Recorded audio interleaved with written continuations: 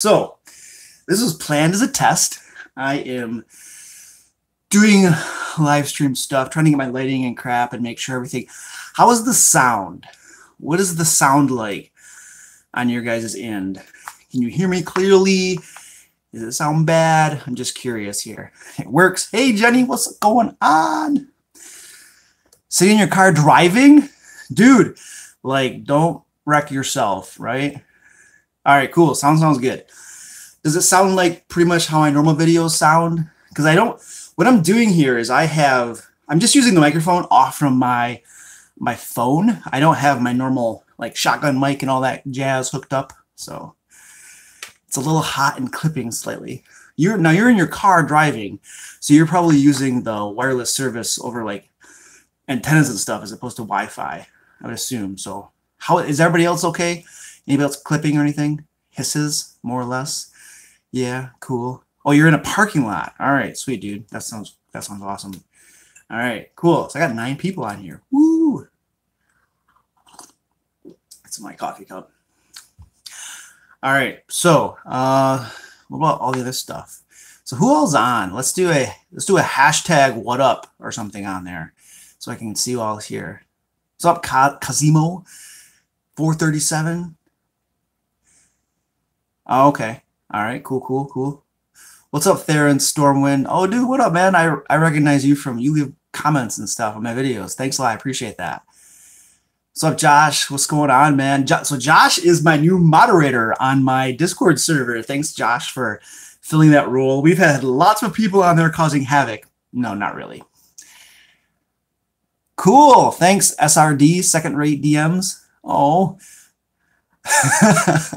I might check your stuff out. Do you talk about second-rate DMs and stuff?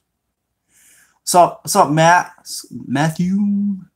So Matthew is one of my players. He DM'd for us last weekend, and he came up with the awesomest NPC ever, Grandpa Chops. This guy was freaking sweet. I don't know why I loved him. I loved this NPC. It was so freaking sweet. Matt came up with this awesome. I think it was the voice. That he came up with, just so stinking cool. So yeah, Josh, no problem, man. You are Grandpa Chops, man. That was so freaking sweet. So that's interesting because he's also one of my patrons over on Patreon, and what I do is I do this like weekly monthly video that's sponsored by my patrons or crap like that.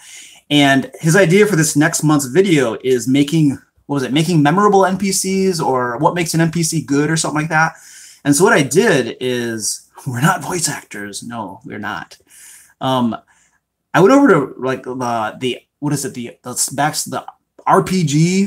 subreddit over on Reddit, and I started up a thread asking what makes NPCs memorable, and it's got crap loads of comments on it so far. I haven't quite had a chance to look at all that stuff, but I will get around to that. But anyway, there's going to be a video coming up on like making memorable PCs, or what makes an NPC good, and I'm going to talk about Grandpa Chops. I was driving to work today thinking about that video, and I think we got some cool stuff. We'll talk about making NPCs memorable and whatnot.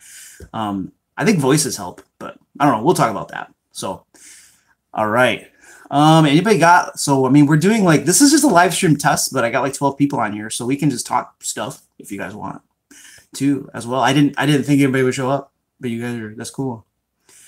All right. Anybody got anything to talk about or anything? I didn't see. Normally, if I were going to be doing like a real live stream, like professionally done, what I would be doing is I'd have like a talking list of bullet points and all that good jazz, so I could fill the silence, and talk about stuff. So tomorrow is going to be and the other thing that's difficult from live streaming from the phone is that I am constantly looking at myself in the display, as opposed to like looking at the camera, which is right there, right? Which is something I've trained myself to do on my actual camera that I record everything with. But when you're like staring at your phone, it's really easy to like look at the screen. Second-rate DMs. Plan on popping live stream soon. The circle is real and the lamps are hot for sure. All right, that lamps are hot. So these are so I got this holder for my phone so that I can like stream from it and stuff, and it's like broken. It doesn't screw on real tightly. So I can no, I can't swivel that. Anyway, these are my lamps. There's my boxing bag. Where are my lamps? There are my lamps. See, so I got some lighting going on over here, just some LED stuff, right? Make things all nice and pretty around here. So, all right, cool. So what do you guys want to talk about? We're on a live stream. I mean, we're just a test here, but we can talk about something of substance if y'all want. We got 12 of you here staring at my face, which is probably pretty big here because I'm leaning forward. I should probably frame myself a little better. Yeah, I didn't do my hair either. Sorry, guys. Just kind of, I didn't think anybody'd show up. You know, I listed it publicly though. That's probably, if I had done it unlisted, then nobody would have seen it. So there we go. I'm gonna announce the 2 winners tomorrow on the live stream. The 2 competitions that I've been doing, and yeah. So you guys better ask some questions here. I'm just gonna talk about stupid stuff. All right, as a DM, how do you work on making NPCs, and do you believe in legacy characters? What is a legacy character? What do you mean by that? Missed a contest. Yeah, you're giving away some books. So, I'll get to your question, Dylan. So this is the one book that somebody won, Mordecai's Tomb of Foes. It's brand spanking new, and I just got today the second book here. That somebody will be winning as well. So I got a couple books here, and we will be announcing the winners of those books. So what is a legacy NPC? What is it a legacy NPC or legacy character? What do we say? Legacy, do you believe in legacy characters? What do you mean by that? A character that sure, why not? That would be awesome. I mean, I can definitely see, so in one of my games, I have a character, one of the players plays a character named Nigel, all right? And Nigel is single-handedly responsible for probably 80% of all the trouble that group gets into.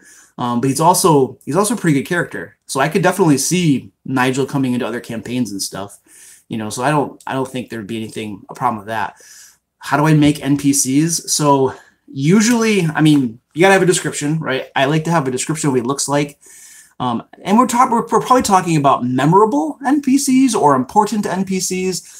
There, of course, there's a whole massive amount. Most of your NPCs are just throwaway NPCs, right? I usually, anytime there's some sort of NPC in an adventure that I'm writing, I like to give them a name at least. There's one thing that you know your players are going to ask for is a name, right? So I like to have a name ready to go. And if I don't have a name ready to go, what I do have, let me show you this. This is what I do, and you all might find this useful. This is my big DM bag. I'll get this out for you. And I have my DM screen here. And so this is the DM screen that I use in my games. It's got like the DM layer and all that cool stuff on it. But on the inside of it, I have, bam, a list of names. Can you all see? Yeah, you can see that. Inside of my NPC, my DM screen, my computer's going to sleep. Don't go to sleep. Don't go to sleep. I need you. On the inside of my DM screen is a big list of names. And if I have an NPC come and they were like, what's your name, dude? I glance over, I see the name, right? So I'm prepared. But I definitely, when I'm creating an NPC, I'm going to make some names. I'm going to name them and stuff. If it's an important NPC that I see as like, if he's the villain of an adventure or he's like the quest giver or just something that's another thing that I do when I'm making my NPCs, let me show you this.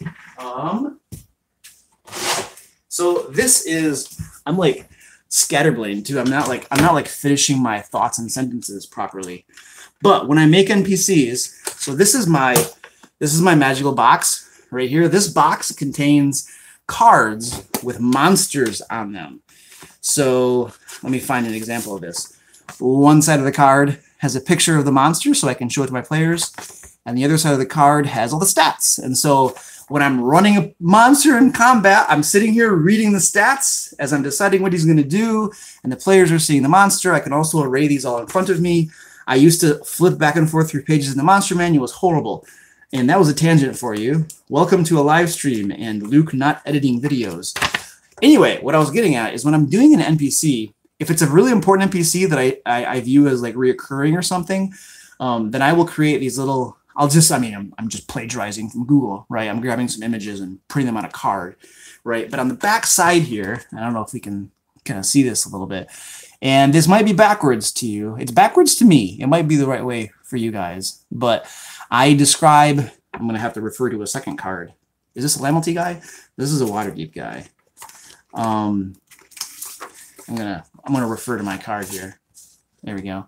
Appearance, abilities, talent, extensive mannerism, interaction trait, voice, ideal, bond, flaw, secret, and then notes. So those are all things that when I'm fleshing out an important NPC that's important enough to get a card, that I'm going to flesh those things out. I don't always do that for everything, right? So, but that's kind of like the creation process for an NPC. I just think through those things. I like to use online generators, so I'll just find websites online that can do it randomly and stuff like that. So I think that kind of touches on your question a little bit, Dylan, I hope. This is not going to be like super well thought through answers, guys, because like I'm just doing this on the spur of the moment. I'm scrolling back through here to see they're backwards. Must be. Are you saying those cards are backwards or something else? Discount books. Or are you saying the books? Oh, so all the images are backwards for you guys? Interesting. I can't see your live chat right now. So Second Rate DMs did a Starfinder set. Oh, you just gave away a Starfinder set. Oh, cool. Cool. Morning Canaan. Morning Canaans is awesome. So the caveat to Morning Canaans is that like 50% of the monsters will probably only ever get used if your game is like above level 10 or 12 or something like that, right? But the monsters that are in it are awesome. And there's a lot of good information on like races and elves and dwarves and stuff. So here's one from Second Rate DM. How do you feel about the level of player content released in 5th edition versus older systems? Player content. Well, I think 3.5 was and 2nd edition were just renowned for their splat. Oh crap. I'm reporting somebody to YouTube. Sorry. I'm clicking the wrong stuff here. Sorry. I think 3.5 and 2E are just renowned for splat books. They had so many stinking splat books, right? So there's tons of content. And 5th edition is what, like 3 or 4, 5 years old, something like that, right? And yeah, they haven't been releasing tons of stuff. It seems like 5th edition is focusing a lot on adventure modules too, right? But you know what, to be honest, I don't know. I don't know how players feel about that stuff. I think players probably like that, right? Options and races and classes and stuff like that. As a DM, it doesn't bother me because the fewer splat books, it makes my life less complicated because I don't have to know them all. I don't have to think about game balance and all the crazy combinations people will come up with. So, but I do think that there's a lot fewer books available for 5th edition than older editions for sure. How do you like the live stream versus making videos? Well, I'll tell you, you're asking live stream versus making videos. Live stream's a lot easier so far. I mean, I've been on here for 15 minutes so far talking stuff, right? And I'm not going to have to, like normally, okay, so guys, here's my video making process, okay? So when I'm making a video for you all, the first thing I do is I script it all out, right? I'm a writer by profession, so I script this stuff out. And then I'm going to record it with my camera, okay? And then I'm going to put this camera stuff all on the computer, and then I'm going to do post-prod, right? And I'm going to go through and edit the stuff, and I'm going to pick out the stuff. I do retakes of things, not, you know, when I'm filming it, I'm retaking stuff, and, you know, I'm doing post-prod, I'm getting it all snazzy, and all of the what I think is fairly, if you compare the quality of my videos with a lot of creators in the D&D niche, not all of them, but like some of them, my videos are pretty high quality. And so that takes a lot of time to do that. Right? Live stream, I'm just sitting here talking, right? So this is pretty simple. This is pretty easy for me. Okay, so Sasquatch Chief at 8, he asked us about 5 minutes ago. Thoughts on recycled PCs using the same character in multiple campaign settings? Oh, I think I already answered that. I think it's fine. I don't have a problem. As a DM, if you love your character and you want to use the exact same one in a different campaign, I'm cool with that. I've always told my players that I want you to have fun. If you're not having fun with your character for whatever reason, then my rule is you can make a new character, same level, bring them in, and we'll get them going in the next game session if you want. Because I prioritize my players having fun, and I know players love their characters. And if you're not having fun with a character, then you shouldn't be. Because then what are you going to do? What are you going to do? You commit suicide, you make stupid decisions, try to get them killed and stuff like that. So why go through that bother? I just let them make a new one. Yeah, Fortuna, full list of names. Recycling monsters, reskinning them by using their description, but by using a different stat block and traits. So I absolutely like recycle monster stat blocks. Like a lot of times when I'm thinking of some unique monster that my players are going to run into, I don't create the stat block from scratch. I will find an existing monster that's mostly what I'm looking for. Like for instance, if I'm creating some sort of like, you know, shadow wisp, let's call it, and I want it to breathe some sort of shadowy necrotic energy, I might just take a dragon, a red dragon of the appropriate CR, and change his breath weapon to necrotic, you know, and like make it lower his armor class, but make him, you know, always be blurry so he has disadvantage on him or something. So I'll just roll with it, you know. It's a whole ton. I've created monsters, lots of monsters from scratch, and it's a lot of work. And getting the CR, the challenge rating correct can be challenging. So I don't tend to do that a whole lot, to be honest with you. I'd rather just reskin something. So I totally do that. It is a cheap hack. Very effective too, because your players don't know the stat block. They just know the description you give them. If you hold up your iPad during the game and you show them this awesome image that you found on like DeviantArt or something, and they're like, holy crap, we're fighting that. That's all they know. Their imagination fills that in. They have no idea that your stat block is like a red dragon. You know, they have no idea. So change a few things. You don't want it to be too obvious, but change a few things. Yeah, the image is backwards because of the mirror. All right. Oh, thanks, Josh. Thanks for loving my channel. I love all of my viewers and people that comment and all that stuff. It's really cool. I say that like my intro to like my videos and crap is like I do the videos to help people and run better games and stuff, and I'm not joking. Like that's why I do this stuff, so that you get out of my content and it's helping you. That's what keeps me making videos. That's what keeps me every night I come home and it's like 3 more hours of work once I get home and stuff. All right. Take it easy. Good luck with the test. All right. Thanks. Second right. I think you've already left. And did we have any more questions? I think I might have already got everybody. Dylan. Okay. So Dylan says, and I'm going to take a drink of coffee. I'm going to leave the suspense up there. Of course, all of you can see what Dylan said in the chat because you're probably looking at the chat too. He says, okay, so I'm in my group. We have a huge trouble. All right, trouble. All right, sorry. I'm a writer. I'm gonna poke fun at people. It's not personal. I'm just kind of that way. We play 5e and we hate grappling. How does your group handle grappling? Okay, so 3.5 grappling. So it has been a decade since I played 3.5. Okay, so what I remember from 3.5 grappling is the description of grappling is like super, super long, and it's pretty complicated, and you can improve your holds, you can pin people. Don't quote me, I don't recall very much. So it's pretty complex. And my understanding is that you could, live stream. You could like build characters that are just crazy grapplers and do crazy, stupid stuff, right? So Dylan, are you the DM or are you a player in your group that hates grappling? By you say we hate grappling, what does that mean exactly? Because whether you're the DM or the player is going to, I mean, how does your group handle grappling? So in 5th edition, grappling is easy, right? Grappling is very simple. I mean, you can make a grapple check, and if you grapple the person, then he is what is it? Grappled. That's a condition. You grapple the person and he's grappled, right? And he's not going anywhere. His movement is 0, and that's it. And he can try to get out of the grapple using an athletics check or an acrobatics check opposed by your athletics check to grapple him, right? So 5th edition grappling is really easy, and all it does is reduce your movement to 0. Now, here's the thing in 5th edition.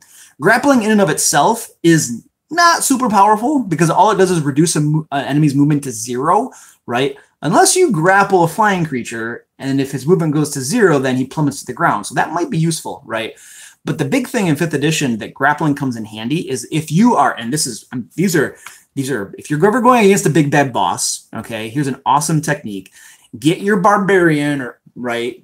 Have him rage, first of all, because then he gets advantage on all checks that have to do with strength. Have him shove the boss to the ground so he's prone, and then have him grapple the boss. Now, if the barbarian has 2 attacks, he can shove to the ground in the first attack and then grapple him. Now, being prone gives everybody advantage on attacking the boss and gives the boss disadvantage on attacking you.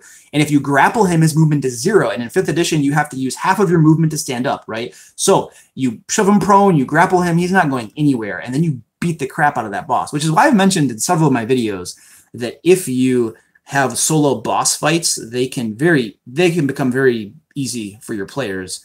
I almost never deploy bosses by themselves solo. Very, very rarely.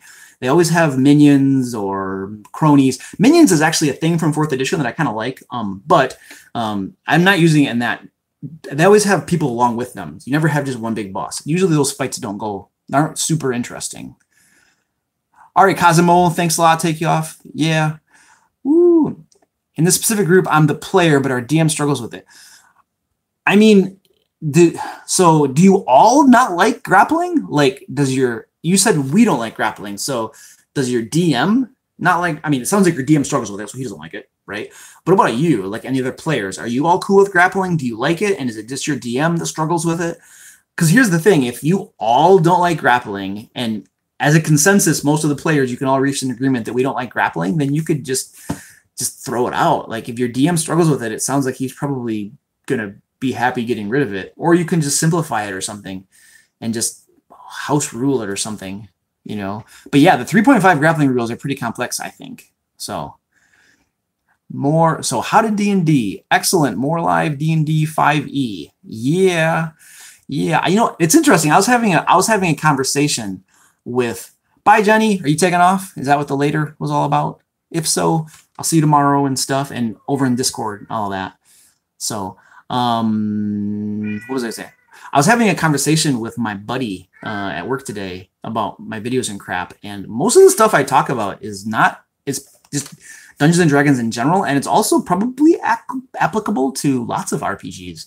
So it's not necessarily, it's definitely not totally specific to 5th edition. I don't think I mentioned a whole lot of things that are edition specific, but all right. Dylan says, if you grapple someone who is prone, can't you risk being hit by your allies? That's not in the rules that I'm aware of. Your DM might make that a special thing. It's realistic to consider that. Like I do some like Brazilian Jiu-Jitsu and stuff like that, like grappling and, you know, submission stuff. And if I'm holding somebody, if I have somebody in a lock or something, absolutely. And you're trying to punch that guy, I'm in the way in a way. So yes, you could definitely say that there's a possibility of it, but by the rules, there is nothing in there that says that grappling someone imposes a risk on you when your companions hit it. But if you push someone prone and you're holding them prone, sure, it would be reasonable to say something like that. I could see that. It's not in the rules though. All right, let's see. Masur Schultz. I'm sorry if I destroy your guys' names. It's not intentional. I'm a bad reader person. Anyway, he said, I killed my scorpion with a fumble. The party loved it. Love fumble. All right, that's interesting. How'd you kill your scorpion with a fumble? Like it rolled a 1? So your scorpion was attacking them or something, and then what, stabbed himself in the face? That would be funny. I bet they would love that. Oh, my DM struggles with the concept, but we enjoy the idea. I mean, one of the things you can do if you know your DM struggling with it, I mean, you could just, at the beginning of a game session, just say, hey, Mr. DM, let's talk about grappling. I mean, it seems like we like grappling, but you have troubles with it. So let's just talk about this and try to come to consensus on what we all think is a good way to go. You know, he might just think the rules are complicated, and I don't know. I would just start by having a discussion, right? Try to figure out something that everybody can agree to and everybody is cool with, that you all like and whatnot. All right, I'm gonna get a drink of coffee, and then Fortuna has got some block of text I'm about to read. As a DM, I've had trouble. Oh, it's disappearing. There it is. As a DM, I've had trouble convincing players to do things other than normal combat attacks, i.e. slash the thing. What would you suggest I do to convince them to do things like grapple, trip, etc.? All right, here you go.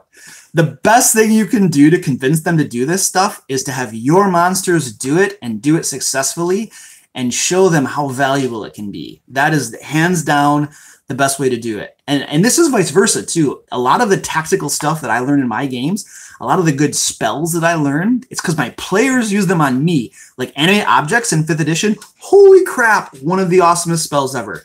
Amazing damage output.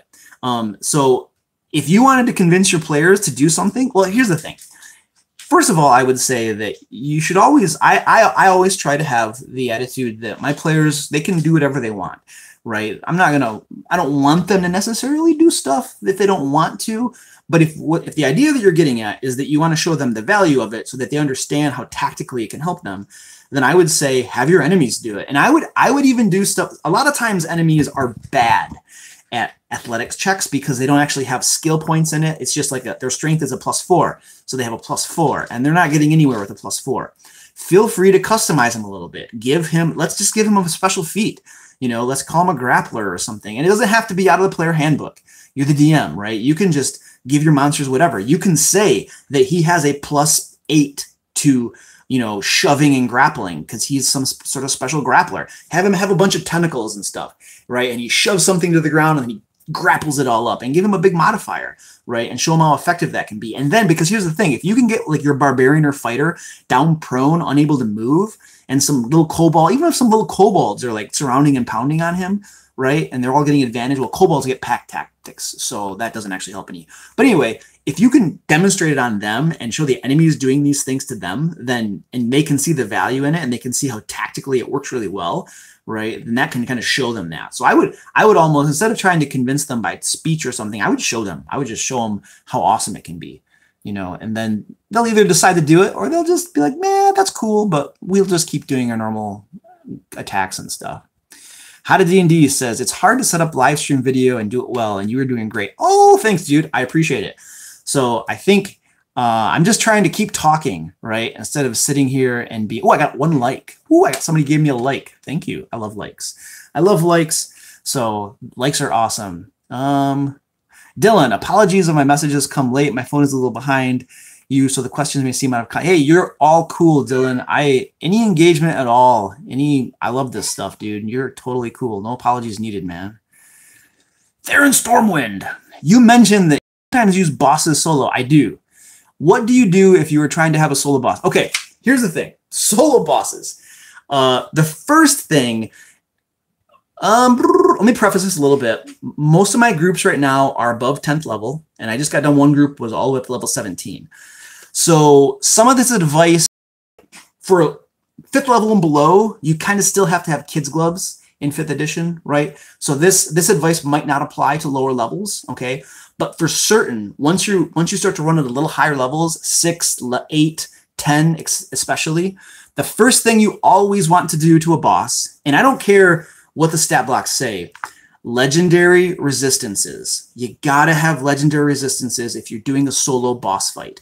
Here's the thing. If you bring out this massive barbarian boss who's like, he's a champion, he's a CR12, and he's freaking sweet, the first thing one of your players could very well do is hold person, you're paralyzed all by yourself, surround and pound, he goes down, and it was nothing, right? Because even like a high CR barbarian person without legendary resistances with a bad will save is going to get held. And if he's all by himself, it's game over. So basically there was this awesome boss that you had intended for your players, and one spell ends it and it's over, right? So now I recommend this for boss fights, right? You want your boss fights, in my opinion, to be more challenging than just your random run-of-the-mill fight. So boss fight solo, definitely legendary resistances. If you look at the higher level monsters like devils, demons, dragons, and all that kind of stuff, I'm pretty sure they all already have legendary resistances.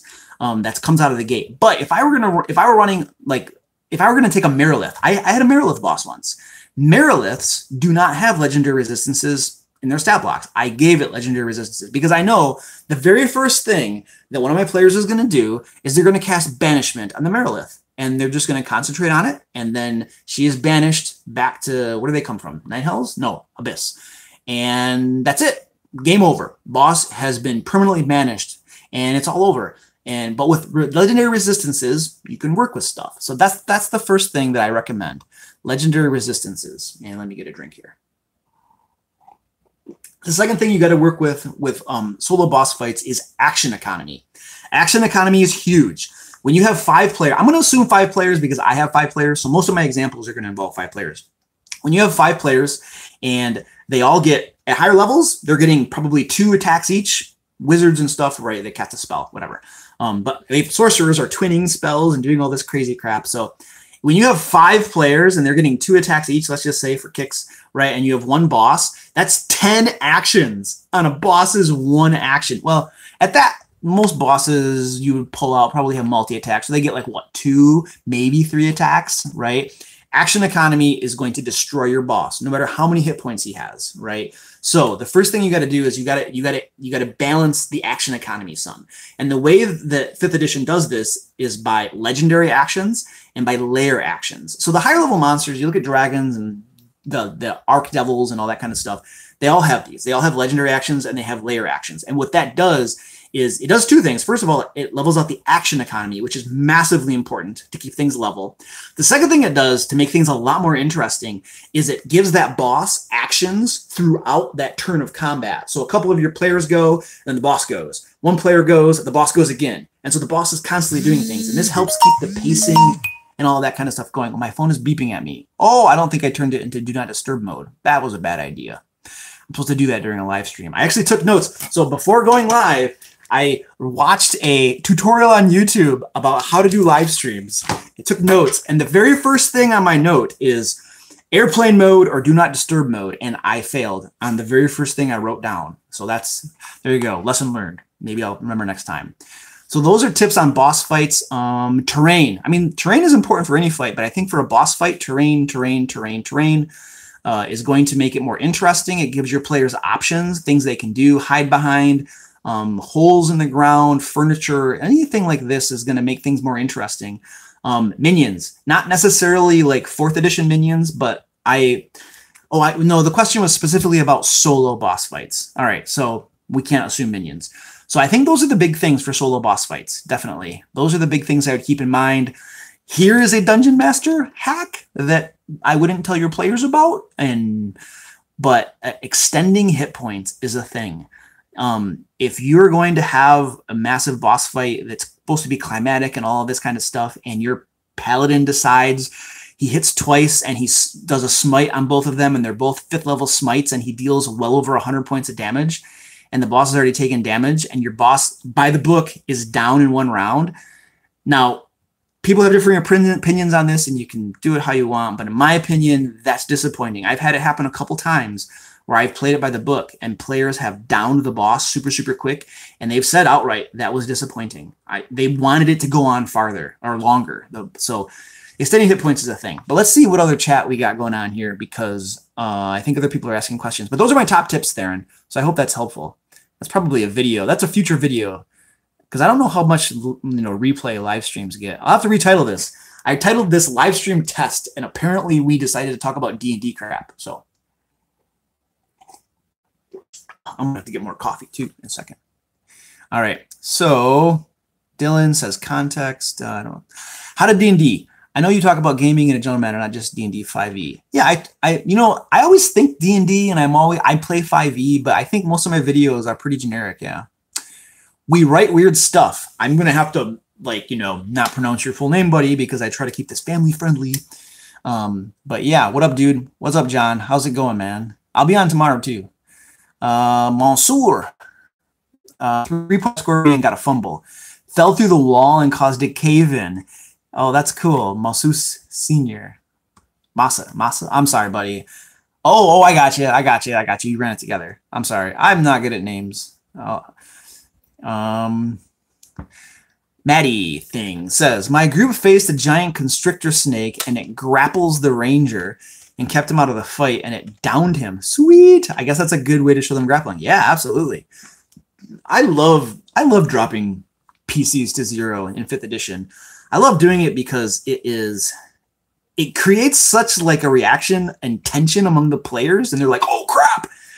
But everybody knows that you drop to 0, it's so easy to get back up, right? Healing word, a little healing potion. It's not a big deal to drop to 0. And you have death saving throws and all this stuff. So it creates tension, and it's not as dramatic as I think it can seem. But yeah, absolutely. That's great advice. Thanks. Love your work. Thanks, Fortuna. I appreciate it, buddy.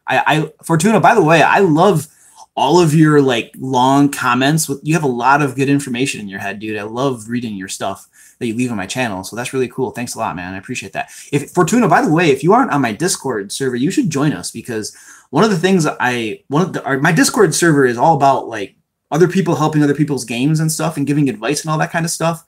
And seems like you got a lot of good information in your head, dude. You should head on over so you can help us all get better and all that kind of stuff. So anyway, appreciate it, buddy. Princess Canuta. Oh, Princess Canuta is one of my patrons. All right. She says, I kill all my players. What can I do? All right. I'm assuming that you're killing the characters and not the players. I'm assuming that. If you're killing your players, then I can't help you. If you're killing your characters, then you can stop killing them, I think. I don't know. I don't know how to answer that. All right. How to D&D. That is me. Gets the likes up, people. Moloch. Moloch. Yeah. Maddie thinks says Moloch. You guys, his group fought Moloch. He's one of my players too. And his group fought Moloch from Mordenkainen's Tomb of Foes as their big boss fight. I had a really cool map and stuff for them. I think it was cool. We write weird stuff says, I'm running. Oh, this is interesting. You know, I still have like 13 people watching me. This is pretty cool. So some people are like, this dude's weird, I'm leaving. Other people are like, whatever. I'm running a 3.5 and grappling is practically ruining combat. All right. Well, I think your first solution is to drop 3.5 and go to 5th edition because 5th edition is awesome. But I know you like 3.5. So I started using it back against them, and now they're sad that they don't get to act. Well, that's their problem. Even Steven, like if they can do it to you, you can do it to them. You know, I would use it judiciously, right? I wouldn't do it too much because then it could. I mean, there's even Steven and the too bad statement I said. Same token. If you are overdoing it and they're not having fun and you can tell that they're upset by it, then I would scale back a little bit. You want to make sure that your players are having fun. I mean, your principal, in my opinion, the DM's principal like thing to do is to make sure his players are having fun as long as he's having fun as well. Not a slave. If you're having a miserable time, then not good, right? But what I try to do is ensure my players are having fun. And if my players had fun, I had fun. Right. So I would keep an eye on it. But if they are grappling and you're grappling, then I think that's fair. Right. Like I said, I tend to repeat myself sometimes. All right. Maddie thinks says a pain in the something. All right. Can't pronounce those words. All right. Schultz. I'm just going to call you Schultz because I think I can pronounce that name properly. Running a Deepwood Sniper level 18 3.5. I don't know what that is. Sorry. D&D. LOL, I have streamed on my phone. I'm just reading all your comments. That's what I'm doing. I'm reading your comments and then talking back to you. So I guess you're not leaving. So I guess you guys like that. I've streamed on my phone and forgotten to turn the phone on to not disturb. Yeah, that's what I got right now. Don't censor me. I'm not censoring you, dude. I'm like, not pronouncing bad words. Here's the thing. My wife might be watching this stream, and if I say a bad word, I will hear about it later. So I can't do that. Dude, it's Noodles. It's Noodles? Hey, man. What up? What up, dude? It's Noodles. Dylan says, how do you set up your world when thinking about orcs? More specifically, are all orcs evil and tribalistic, or can they be tolerated? My friend wants to adopt an orc. I'm trying to decide how NPCs react. I mean, in my world, orcs are bad because I use Forgotten Realms, right? Orcs, generally speaking, are evil. But that doesn't have to be the case, I mean, if it's your world, if you're the DM, then is that what you said?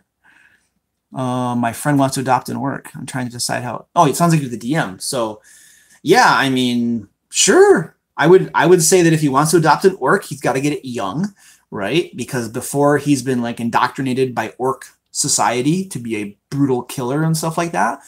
I mean, if orcs are naturally evil in your world, then it's reasonable to say you could do that, but you got to find one when he's young or something.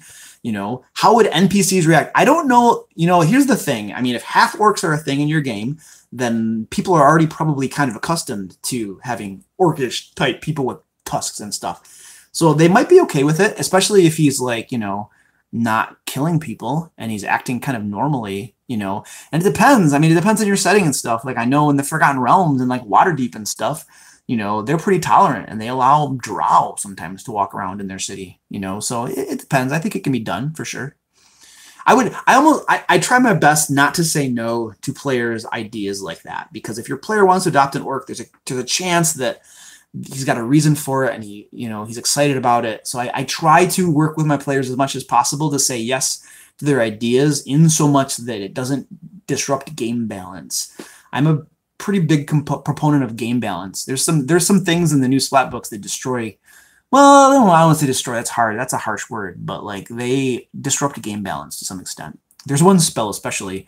There's this like healing spell where like you can cast it and it lasts a minute and you can do it out of combat and everybody just runs around in it and you can get totally healed up. It's such a, I don't know how that made it past testing through beta and stuff. All right. We Write Weird Stuff says, I hate all my races X alignment. I usually run it as that is the general culture, but individuals can be any alignment. I agree. Individuals can be any alignment, especially if you're a PC, you're an adventurer. PCs and adventurers are all about being special and awesome. Totally agree. My face is probably really huge here because I'm like trying to read your guys' small comments on my screen. You know what I should do? I should actually have on my computer over here the live stream going so that I can, and with the volume muted, so that I can actually read your comments without having to like touch the screen and stuff like that. I might do that for tomorrow. This was supposed to be a test. You want to release live stream videos in raw form with one of your cool thumbnails. You can also rough cut the beginning setup and end of the stream into another cleaner video. Yeah, there's a feature on YouTube where you can actually do some video editing. I think I've never tested it out. I do all my stuff with Adobe Premiere, but I know there's a way to do it. But yeah, that's good advice, dude. I'm definitely gonna put a nice thumbnail up because my thumbnail was like it was me going like ah or something like that. So I want to keep that. I love playing a drow, but everyone hates me in game. That's awesome. Drow are cool though. They get like what? They get like I think +2 to dexterity, +1 to charisma or something like that. So they would be a really pretty good like warlock or something. So yeah. Dylan, thanks for answering my random questions. That is why you got the sub for me. Thanks, buddy. I appreciate the support as always. I was really excited to get over 1,000 subs. I have one of those obligatory 1,000 sub videos coming out like in a week. I think it's coming out next week or something like that. So yeah. But anyway, thank you. Appreciate it. Maddie Thing says, one of my players. So this is interesting. This is like, we could literally sit here for a long time just asking people's questions. And this is cool because like one of the things I want to do is I want to start doing more of these live streams where we just talk and I answer questions and stuff like that, because I think I love hearing from you. I mean, I want to help you guys. That's my whole purpose in doing this stuff. So one of my players adopted a Mastiff on his first session. The dog has killed more monsters and enemies than the rogue. Well, I mean, yeah, if it's a low-level party, Mastiffs are fairly powerful, I think. Maybe. I don't know. I haven't looked at it. I think Mastiffs are pretty big dogs, though. I mean, I hope I think that. We write weird stuff. Most of my party is friends from outside the game who don't know D&D well. But to get enough players to run the game consistently, I've had to invite a player who doesn't know everyone else. One of two. Oh, the suspense. The suspense. So the player doesn't know everyone else. I had a player like that once. He joined one of my groups. It was an established group, and everybody was kind of... This is interesting. This is an interesting thing. Almost none of my players are friends from like real life. Most of my players are people that I met online, like through the Reddit LFG subreddit or through GameShop posters. Most of the people that I play with are random strangers that want to play D&D, and they come in, and now a lot of them are friends, right? Which is what I really like about bringing in random people. Some people will view that as a risk. I've only had one random player ever that was a problem, right? I've had really good luck with that. So, but I think that was a tangent. I think I was going off on a tangent there. Oh, here's the rest of the question. Oh, wait, sorry. Boom. How to D&D? It's called Trim, and it's very basic on YouTube editing, but it's quick. Yeah, I'll check that out. But he does know the game well. So this is the new player. He does know the game well. This has led to an issue where different players are looking for a different experience out of it. What do you recommend? Okay, so if I understand this correctly, the majority of your players are very casual gamers, as we can call them. They're not necessarily there because they want to play D&D. They're your friends, and you've kind of roped them into playing, so to speak. And so they're kind of there for the social aspect of it and less for the game. But the new guy knows I'm trying to make sure I understand this, right? The new guy knows the game really well. He's there to play the game, right? And he wants a different experience out of it, then the other people are there for a social dynamic, right? Most of your friends are going to come to D&D not because like they want to play D&D, but to hang out and chill and have fun and relax and do silly stuff, right? And I think we experienced a lot of that in our game at work too, where people were there a lot for the social dynamic and didn't care so much about D&D. Well, what I recommend, I mean, that's rough. You have like a mismatch, right, of player expectations. You know, I would ask, what type of game do you want to run, right? Is the type of game I think what my answer would be. What kind of game are you running?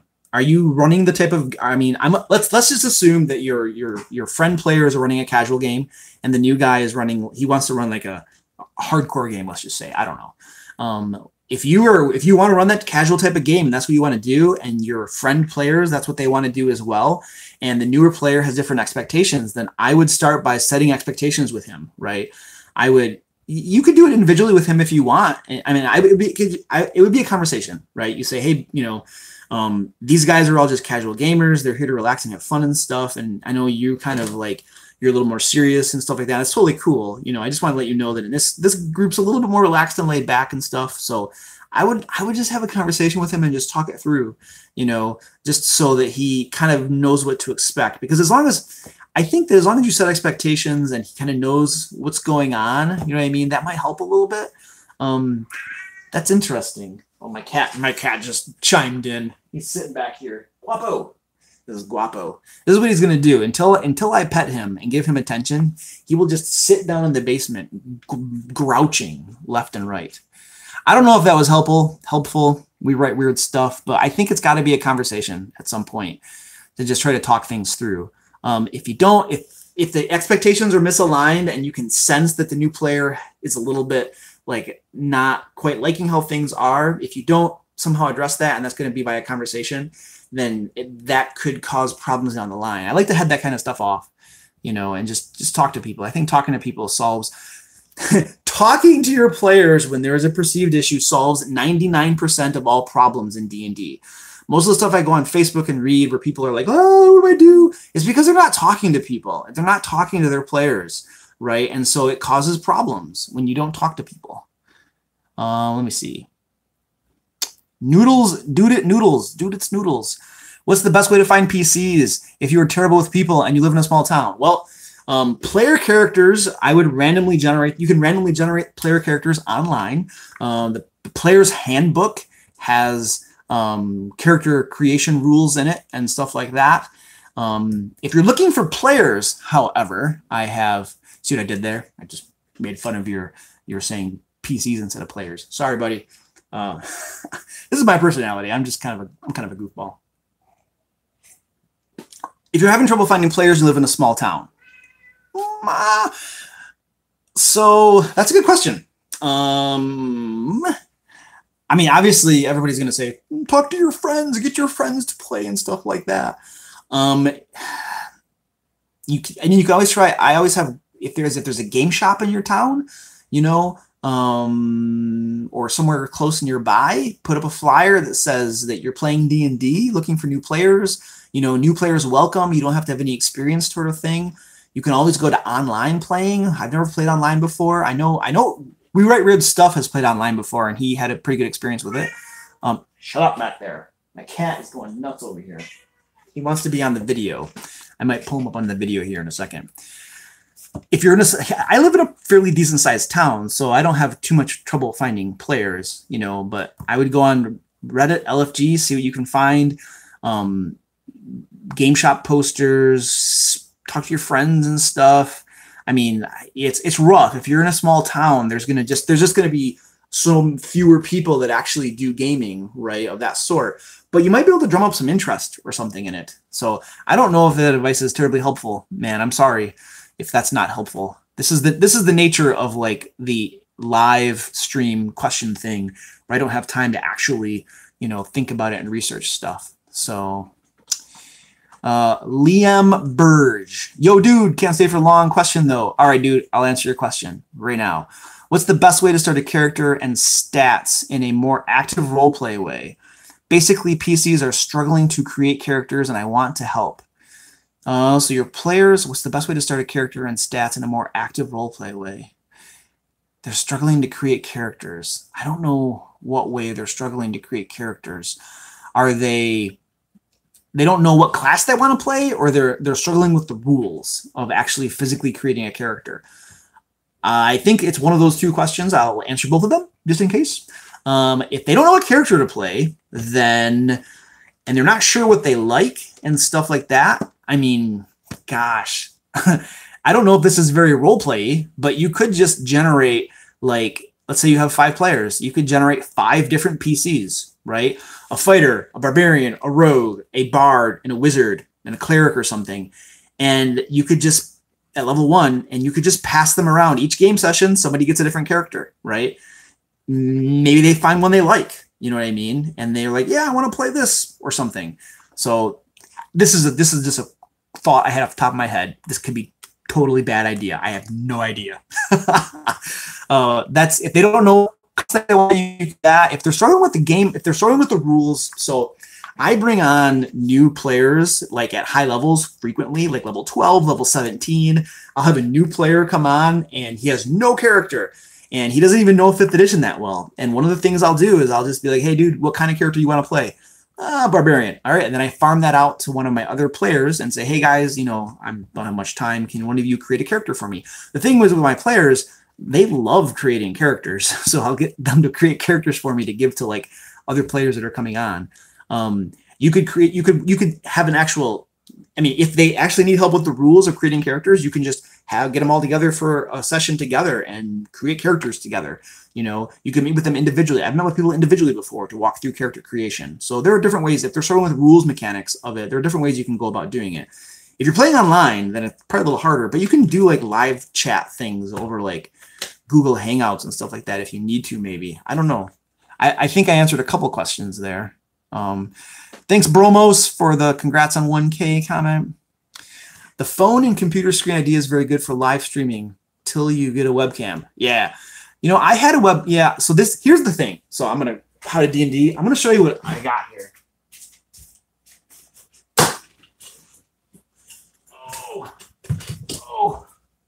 Oh. So this is my bad boy camera right here, right? That I do all my videos on. And what I want to do is I need to figure out how to hook this bad boy here with my shotgun mic up to my actual computer so that I can get like much better visual crap and audio off from this bad boy. And I got to look into OBS, and there's like an OBS Labs thing. I don't know. I need to do some research on it. Ultimately, that's what I want to do. I had a webcam once, and what I didn't like about the webcam was the resolution was pretty crappy. I got a pretty good one too. I got like it was actually had really good reviews and everything, and it was like a full def or something webcam. And maybe I didn't toy around with it enough, but I ended up returning it, but I didn't like it a lot at all. It wasn't that good. And I didn't like the fact that the webcam was like above me, and then I was kind of looking up at it, because it's really weird for video if like the webcam, like right now I'm like dead on the camera. Right? This is how you would normally shoot a video. You wouldn't want the person to be like way below it where the camera, if the camera is like, I'm gonna move this thing. If it's like this, whoa, oh, things are moving. Things just look weird. But yeah, I mean, webcam would make it easier because I know Google or YouTube can do stuff through webcam.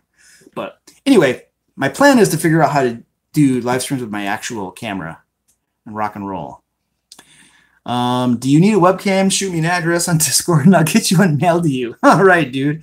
I might take you up on that, dude. Taking webcam donations. Brow, Deepwood Sniper. What a killer. All right. Sweet. That's awesome. Set yourself a time limit for live streams, otherwise it'll get very long and tiring. Yeah, I agree. I'm going on 56 minutes right now, and it is 9 o'clock, and so you're probably not going to do this all night, right? Although I got 14, it's crazy. I know people are actually watching this stuff. I'm either a lot more handsome than I thought, or the stuff I'm saying is like helpful, maybe something. Anyway, see you later, man. I can't wait to see what comes out of that. I mean, this is a test. I can't. Yeah, I mean, I hope the real thing is as good as this or better, right? Dylan, check you later, buddy. Thanks again for everything. Hi, Kitty. All right, sweet. Yes, I will echo what Josh is saying. Join Discord server. We have lots of cool conversations over there. I try to get on there. I try to get on there almost every day and talk to people and stuff. Kajat has wares if you have coin. I don't know what that means.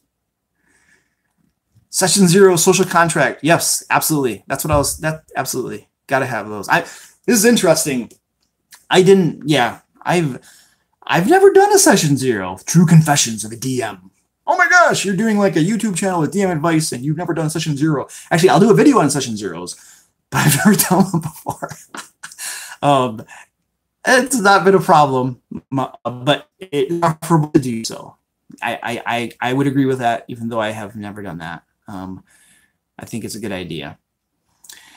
Live streams work better if you set a topic and talk about it. Yeah, I'm sure they do. I'm absolutely sure they do. Respond to comments after your topic is presented unless it's a Q&A. Schedule the time for the stream event. Yeah, you know, here's the thing. Like, I agree with you. The live streams I've seen have been, somebody has like certain topics they're going to talk about. I do think that my live streams are probably, some portion of it is going to be a Q&A, just because my whole shtick is helping DMs, right? And I think that the great thing about a live stream is that I can answer the questions as they come up, right, as you have them. So I might do a live stream like twice a month or something like that, and people can just pop in with questions they have, and I can just answer them, you know. So, but I agree. Definitely, my plan is to have set topics as well. Bring forth the cat. Do I have a cat? Okay, you know, this is what I'm going to do. I'm going to see if I can just show you the cat without touching him, because he might get grouchy. But I'll show you. He went to sleep. See if I can do this without messing things up. See, he's sleeping on my Dungeon Master bag. He's got his butt planted right there. So that's what he's doing. All right, and I gotta try to put this thing back. All right, let me see what we got going on here. Yeah, I'm starting to get tired here. This is probably not gonna last too much longer, guys. I appreciate your time. I'll look into it. There's a game shot. Yeah, no problem, dude. I hope that helped a little bit. I mean, I didn't have super stellar advice for you. I think it's rough living in small towns. There's just fewer people. There are few people, right? Backgrounds for characters are the hardest to do. Yeah, I agree. I'm not often a player, and when I am a player, I don't often do backstories and backgrounds. I don't know. It doesn't interest me a whole lot. And lots of players get into backstories and they love that stuff. Totally for that. If that's your thing, go for it. This is interesting. Like, when I'm a player, I love tactical combat. I love tactical combat. I could do a dungeon crawl where it's just combats all night, and as a player, I would love that. No problem with that. I love roleplay too, but combats are awesome. Layerings.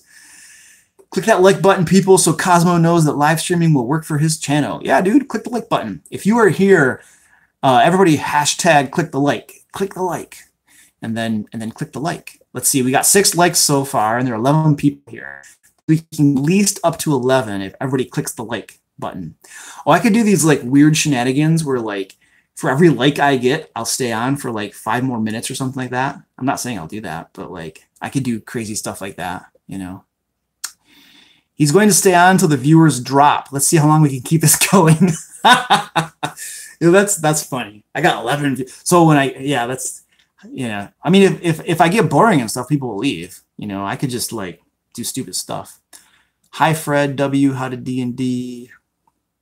I've never done Session 0 before either, but I always have one-on-one with my players to build their characters and talk about how they'll do the campaigns.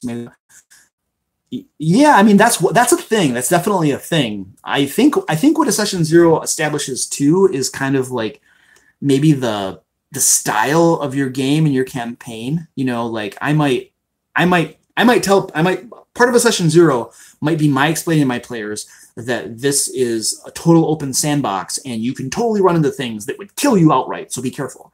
I am about to run a Curse of Strahd for one of my groups in like, it's probably going to be a while before we get there. So I shouldn't say about to run. But one of the things before we run Curse of Strahd that I'm going to tell them is I'm going to say, look at you guys, Curse of Strahd is designed to be a raw adventure. It's supposed to be challenging and all of this stuff. It's this dark, like, you know, setting and all of this stuff. So it's going to be rough, right? And that's one of the things I want to make sure everybody from the outset is understanding. You know, I don't run high def games. I've only had 2 TPKs in my two of my games that have been going over almost 3 years now. And so I don't kill people a lot. We're down to 9. We're down to 9 people. Ah, they're dropping off. All right. I have a Canon EOS camera, and it will drive you nuts trying to live stream with it. That's what I have. I have a Canon Rebel TXI. The Canon camera will likely turn itself off after 20 minutes. Yes, that is a great point. Mine has a 30-minute time limit. Oh, that is a really good point. I'll have to think about that. That is probably a massive point for a webcam, unless I do my live streams under 20 minutes, which is not happening tonight. My cat's name is Dagger. That's awesome. I have, all right, true confessions. I have 6 cats because we adopted a family of strays, and we found another stray outside the YMCA. So I have 6 cats now. I'm not a crazy cat person. My heart like wrenches when I see poor cats starving. So I have to help them. Oh, I had 17 at one point. Awesome. Woohoo. I have 8 likes now. Maddie Thing says, you and I are different. I enjoy the role play more than the encounters. You may have noticed that. Yeah. I mean, dude, when you brought out Grandpa Chops, I was loving that stuff. Grandpa Chops was awesome. So, I mean, I love role playing too. You know, I play like that. I'm at the bottom of the comments. All right, sweet. We got 9 viewers. We got 9 likes. We've been doing this about a little over an hour. I'm at the bottom of the comments, and I'm finishing off the last of my coffee. So, is there anything else we should be talking about here? Or we're just going to wait until everybody drops? Any questions? Anything I can talk about here? You can just stare at the camera and see I'll drop. Logitech Brio webcam is a good camera. Do some research when you have money. Yeah, I mean, money's not a problem so much for me. I mean, webcams are what, maybe $100, $200 or something. That's not a huge impediment, right? But yeah, I don't know. I think it's a time issue. It's a time issue. I have so little time because video production is super expensive. I say expensive. What I mean by that is it's time intensive, right? So yeah, it's a question of time, figuring out the webcam, getting it configured and stuff and all that good stuff, you know. So, and then, yeah, but I think you're right with the 30-minute time limit on my Canon. That might be a problem unless I keep my live streams nice and short. So, hey, you know what? This is what we're going to do. I'm going to talk about the videos I have planned coming up. That might be of interest to you guys until somebody thinks of a question. Where is this thing? Where is my thingy? So let's look at upcoming videos that you guys might be interested in. I'm going on my computer, looking at Trello. I use Trello. It's like a Kanban board thing, organize stuff. So we have my DM tips series I just released part 2 today. There are 5 total parts of that plan. So there'll be more DM tips coming out. And I have an Ask the DM about how to initiate combat. That'll be coming out, how to kick off combat. All right, D&D. See you later, buddy. Thanks for joining us. I'm about to quit too. I'm about to drop off here because I'm getting tired and I'm running out of stuff to say. So, upcoming videos. I had an idea for doing a video about the worst DM advice ever, like a proof thing about horrible things that DMs do sometimes. We are definitely doing a video about the secret to making an awesome NPC. It's the story of Grandpa Chops.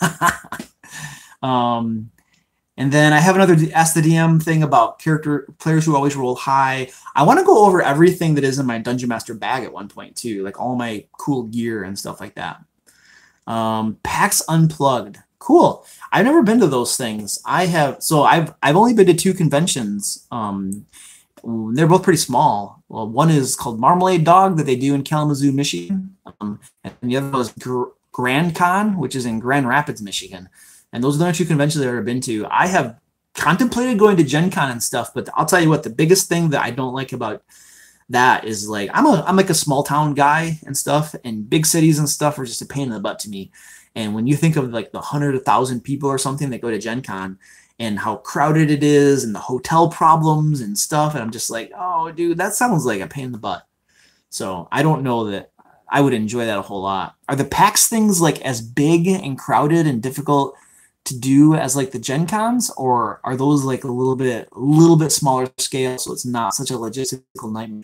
It's the honestly, it's the logistics that get me, you know, for like Gen Con. I just don't know if I want to handle that kind of stuff. So, oh, this looks like a question. Ryan Hickson says, just wondering if you have or will cover improving when characters go off script. That's what prevents me from running games. I think I'd freak out when characters do something unexpected. I actually have done a video on how to improv a game session. I did it a while ago. It's on my it's obviously on my YouTube channel. I don't know what the name of it is. If you type in, let's see. If you type in improv, let's see what you get. DM Lair improv. Yep, I'm search result number 1. So if you go to your YouTube bar and you type in DM Lair improv with a V, you will get my video, how to improv a D&D game. So there you go. In a nutshell, to save you 8 minutes and 17 seconds of watching, your steps are when they go off script, you make something up. It could be the first thing that comes into your head. You make it up, and then you roll with it, and you just keep going with it. You just keep making stuff up. I honestly, that's interesting. Improv a good portion of the things that come up. So my players are all very good about following my hooks and going along with like the story, like the adventures I have planned. My players almost never just give me the middle finger and say, we're not doing what you planned. We're just going to go off and randomly random. They go along with my hooks because they know I spend a lot of time designing my adventures. So that generally speaking, the things that I improv in an adventure are the little details, right? Most of the time, like the actual meat of the adventure is kind of all planned ahead of time. And then I'm improving little details. But I have had players once in my Sword Coast Guard group, they went off, player investigating something, and some kids told him about like a monster in a tower or something. And I had to like improv a monster in a tower because my players decided they thought that it was probably a hook that I was giving them. And they're like, well, we should go investigate the hook. And it wasn't. It was just a random comment I had. And they went off to investigate this monster in the tower. And I'm just thinking, okay, I need a monster in a tower. First, I put a tower there. They went to the tower. And then they're slowly, here's the thing. They were slowly going up through this tower and investigating it because there's a monster in there. The entire time that they're doing these things, my mind is massively scrambling to think about, what am I going to put in this tower? What can possibly be? I decided upon a troll. I picked a troll. And these guys were like level 8s at the time, and so a troll is a pathetic challenge. They killed it really quickly. It was not a problem. And then they were like, why is this monster here? And I had to improv. An entire adventure resulted from this like troll because they found boxes full of candy. There was this like hag infestation that was going on in the area, and the hags were using candy to corrupt the children, and the children were eating them and then becoming like evilish and stuff. And so these children were like going to this troll, this monster, and getting candy and stuff, you know. And so in those crates there was a bunch of candy, and the players or the characters found the candy, right? And then they're like, okay, we got to track and find out who makes all the candy and stuff like that. And so I made a bunch of hags in a swamp and stuff. So, but the trick is a lot of times too, like when you improv stuff, like little details aren't too big of a deal. If you have to improv entire adventures and stories and stuff like that, then yeah, that can be a little bit hairy, right? It's mostly just a matter of thinking, you know, and trying to, as your players are doing, as they're having discussions among themselves about what they should do, you're just thinking in your brain, okay, what's going to happen? What am I going to do? What am I going to do? You could just use, I mean, if you're totally freaking out, you could use delaying tactics, right?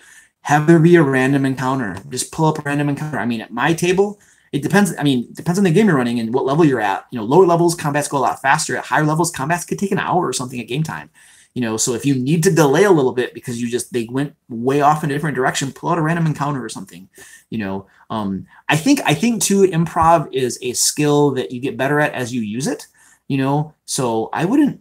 I mean, and here's the thing too. The more in my experience, my opinion, I suppose, the better I prepare for an adventure, a game session, the less I have to improv because I'm just more prepared and stuff.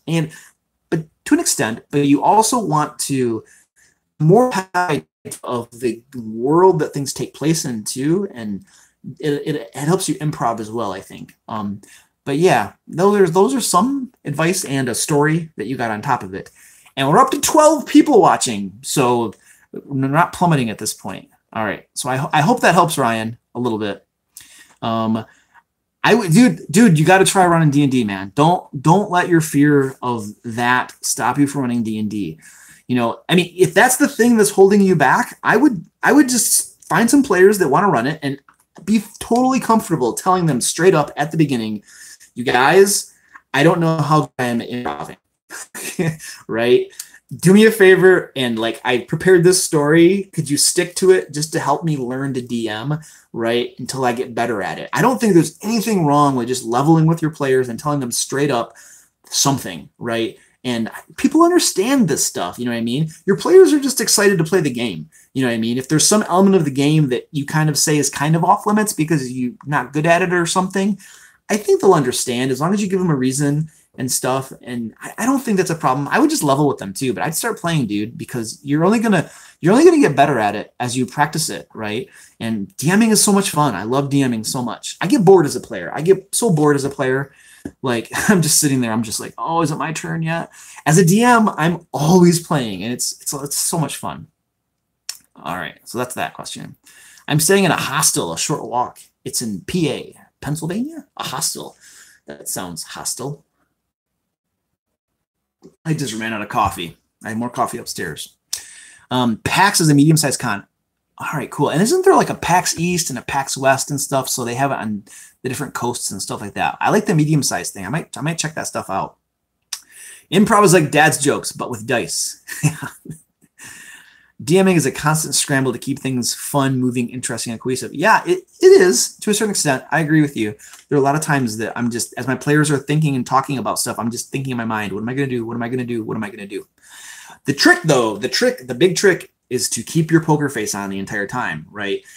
I try as much as possible to just have this very calm face so that my players have no idea that inside I'm freaking out, right? They just think that I'm the man, I'm in control, I know everything. But that's a facade, right? Total facade.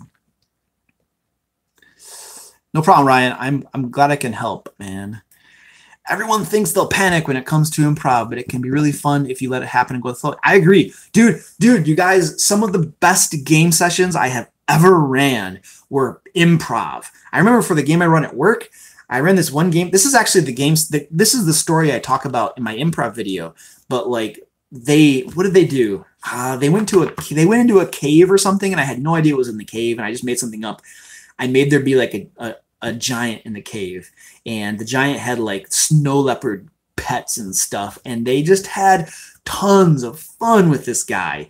And now there's other stuff happening with this giant and the snow leopards and stuff. They ended up going to this giant, like, captured half of the party. Split up. The party split up, and half of them, 2 or 3 of them, went to this giant's cave and got captured by the giant, okay? Tied up, stripped of their weapons and everything. And then 2 other players had to come in and rescue them, okay? And they came in and rescued them. And one of the players, Joe, he had his character cast, what is it? It's like I forget what it's called, phantasmal image or something like that. It creates like a phantasm of the name of the spell. I'm sorry. Anyway, he created like an illusion of a female giant, right? And they use that as a distraction to like rescue their buddies and get out of there. But the spell only lasts 1 minute.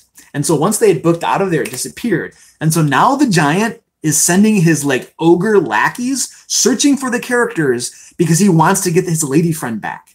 Okay. And it's turning into an entire thing. Okay. And so this is a plot line now, an arc that has come about purely because of an improv that happened and just rolling with it and having fun. And it was tons of fun. And I think the players that got captured, they were freaking out. They're like, we're going to die. It's horrible and all this stuff. And I think the players that were trying to sneak in and get them were like, holy crap, what are we going to do? It's a freaking giant. And there are 2 of us. And it was they would have died probably if 2 of them had tried to fight it. I'm like, they knew that too. I think they were wise in tricking the giant and getting away. Players feel supremely like awesome when they trick monsters and they get away with things, right? So it's perfect. Let them get away with things. Let them get away with things, and then just bring that something back later to bite them, right? I'm a big fan of consequences in the game and rolling with things and crap like that if I'm expressing myself adequately. You know, that's good advice. The folks I play with are excellent judges. They probably go easy on me. Yeah, I think that if you come in with like a big head thinking you're the man and you're awesome, then people are going to, they might be harsh with you, right? But if you come in humble and you're like, listen, guys, you know, I want to try this out, but I don't feel comfortable doing this. You know, I think people are going to understand you and they're going to appreciate the honesty and the humility. So I think that's totally cool. My players like to go off the rails sometimes, and when I pull them back to the story, they yell, "All aboard railroading." Dude, I don't know. I am like so here's how I run my games.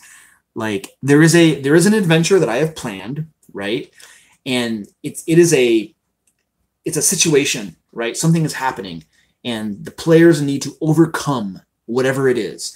Let's say there's a castle full of orcs. Well, you need to defeat the orcs somehow. I don't care how you do it.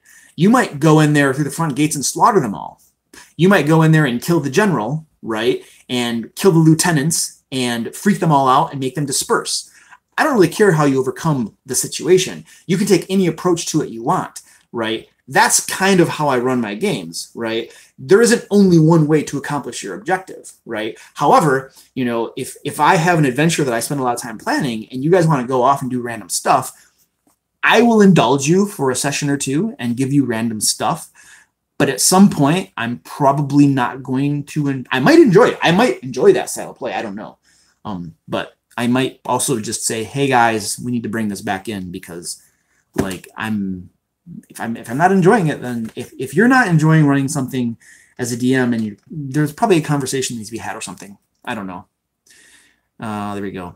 There is an incoherent and incomplete thought for you all. Ryan, this feeling of dread of the unknown is very common. As time goes on, it gets better. Even after one session of it, there was major improvement. Absolutely. The first time you do anything is usually terrifying, right? I don't know why being a dungeon master, this is interesting. I guess I've never felt, this is not true. I do feel a little bit of nervousness DMing when I'm doing it at a convention. And it only lasts for about a minute or two, but once I get rolling, I'm fine. But beyond conventions, I've never been nervous about DMing or anything. I've definitely felt crappy when I know that a game session is turning out horribly, and then I feel like this sucks. But I love this giant plot. Cool. Yeah, so the giant plot, since nobody has any other questions here, and we still have 10 people watching, then we will talk about the giant plot some more. So these ogre lackeys caught up with them, and the players didn't want to fight these ogres. There were only 3 of these ogres. Here's the other thing too. I don't describe them as ogres, right? I describe them as massive hulking giants, right? Because I have players who know 5th edition, and they, oh yeah, We Write Weird Stuff knows about these giants. They're actually giants. They're not ogres at all. These 5, there were 6 players. There were 6 PCs. They could have easily just killed these ogres. That would not have been a challenge for them, really. But they didn't want to fight them for whatever reason. And so they did this elaborate like deception thing to try to not fight them and get them. The ogres were hungry, and so they went to get them food and stuff, but it was taking too long. And so the ogres had 2 of the PCs like do a battle to the death. Basically, they're like, we're going to have you 2 fight each other, and then we're going to eat the one that loses. And so the players went along with it, and they had this like battle, and one of the players lost and like faked being dead. And so the ogres, the giants, like put him on a spit and tied him up, and we're getting a fire going and all this kind of stuff. And then what did they do? I think one of the players there were these black flecks that they had that were like corrupting the forest, right? These like little black flecks in a jar that were like swirling around like they were alive. And one of the players presented the black flecks and was like, I have pepper, right? Because one of the players, the fighter, was on a spit about to be cooked. He was playing dead. And he's like, other player's like, I have pepper. And so the ogre is like, great. He takes the jar, opens it, and dumps the black flecks on the player. And these are living things that like corrupt you and do horrible, horrible things, which at some point I'll decide what those things are when it's relevant. But these black flecks started to swarm toward all the orifices of the player on the spit, and he's still trying to put on his best acting of being dead, right? And all the other players at the table are probably freaking out about these black flecks. And then I think something happened, and I forget all the details, but like the player playing dead, oh no, I think one of the other players convinced one of the ogres that she was like chosen of the gods or something and had magical powers, and so she tried to like raise the one player from the dead or something, and he stopped his like act and jumped up. I forget all the details. Point is, these black flecks fell on the ground and swarmed over the ogres and are now infesting the ogres. So these ogre giants are going to turn into something absolutely terrifying. The players all fled. They all ran away when they had the opportunity, and so they never actually defeated them. And so this is an example of a really cool thing that I have in my back pocket. And I'm just going to sit on that for a while. Usually I'll sit on this type of thing for several game sessions so that the players kind of forget about it a little bit. And then I bring it back in and they're like, oh, we remember that. And they get all excited about it, you know, and then something crazy will happen with these like ogres, these infected ogres and stuff, you know. So I don't know what the comment or question was that led to that story, but you just got another story. So there you go. Oh, okay. The giants. Actually, I didn't know they were connected with the other giant. Well, I think they told you from the very beginning that they were there because the other giant sent them to bring you back to him because they wanted his lady friend back. They told you that. I'm pretty sure they told you that. That's the story I'm going with. We didn't know we could handle them. No, you didn't. You didn't because I presented them as 3 hulking giants, right? And I mean, that's how I wanted you to feel, right? So I never want my players to really feel like they can take them. I want to present situations like, holy crap, we're being ambushed by drow. This is terrifying. Or these hulking giants are going to destroy us. But the numbers by the book, you guys would have been fine. But you didn't want to fight them because you didn't know that. I knew that, you know. It was funny. All-female group called the Valkyries. Ooh, yeah. That would be cool. The Valkyries. All like fighters and stuff. Foreshadowing encounters, NPCs is a great tool to make the world feel connected. Absolutely. Absolutely. The more types of things you can do like that will make it feel like the world's connected. And the other thing that it does too is doing things like I just described makes your players feel like the world is a real living, breathing world, right? They do something over here, right? And they go on about their business. And then later on, you present consequences or effects that happen because of the thing they did, right? And there are lots of things I've done in my games that run through that. And it's always like kind of like a moment where they're like, oh, this is all connected and this happened because we did this. And it makes the game so much more engaging when you do cool stuff. Like, I'm not trying to toot my own horn, but it does help. It helps a lot. Yeah, definitely. We leave you a lot of loose threads to braid together and hang us with. Oh, dude, you have no idea. I use OneNote to organize all my D&D campaigns. I have 4 campaigns I run currently, and I have a list of plot elements that you guys have given me. I don't even have to design adventures anymore for you guys. I could just roll with those plot elements and totally mess with you guys. So yeah, you guys give me a huge, huge list. We thought it was a human wizard. I don't know what that's all about. There is a human wizard, the wizard that keeps teleporting you to wrong places. Oh, who is controlling the ogres? My cat is grouching back here. We'll see if we can get the cat on video. Guapo, guapo, guapo. He's a guapo. He's a guapo. Oh, he's a guapo kitty. He doesn't like it. He is struggling. Sorry, it's not gonna work. He doesn't like it. He'll stay down here and get pet. No, he ran off. He didn't like that. All right. We got anything else here? It's like 9:30, guys. This was a live stream test, and we just talked about a whole bunch of D&D stuff. So if there's nothing pressing here, see, this is the cat hair pat down. If there's nothing pressing here, then I'm going to bed. And this is probably a good idea just to go to bed anyway. So Yeah, this was awesome, guys. It was a lot of fun. This was really cool for a live stream test. So I will be on tomorrow night at 8 o'clock Eastern time. We're going to announce the winners of the 2 contests that I ran. So we'll find out who won and all that good stuff. I'll probably have some more stuff to talk about and whatnot. So thanks a lot, guys. I really appreciate it. It was fun hanging out and chatting. I hope you guys enjoyed this. Thanks all. And then I'm going to try to find the button that turns this off. So this might take a couple seconds as I poke around at it. Bam, bam, bam. It's here somewhere. Mute the microphone. See you later, Josh. There's a button here somewhere. Is it this one? Are you sure you want to stop streaming? Yes. I am clicking the OK button. See you later, guys.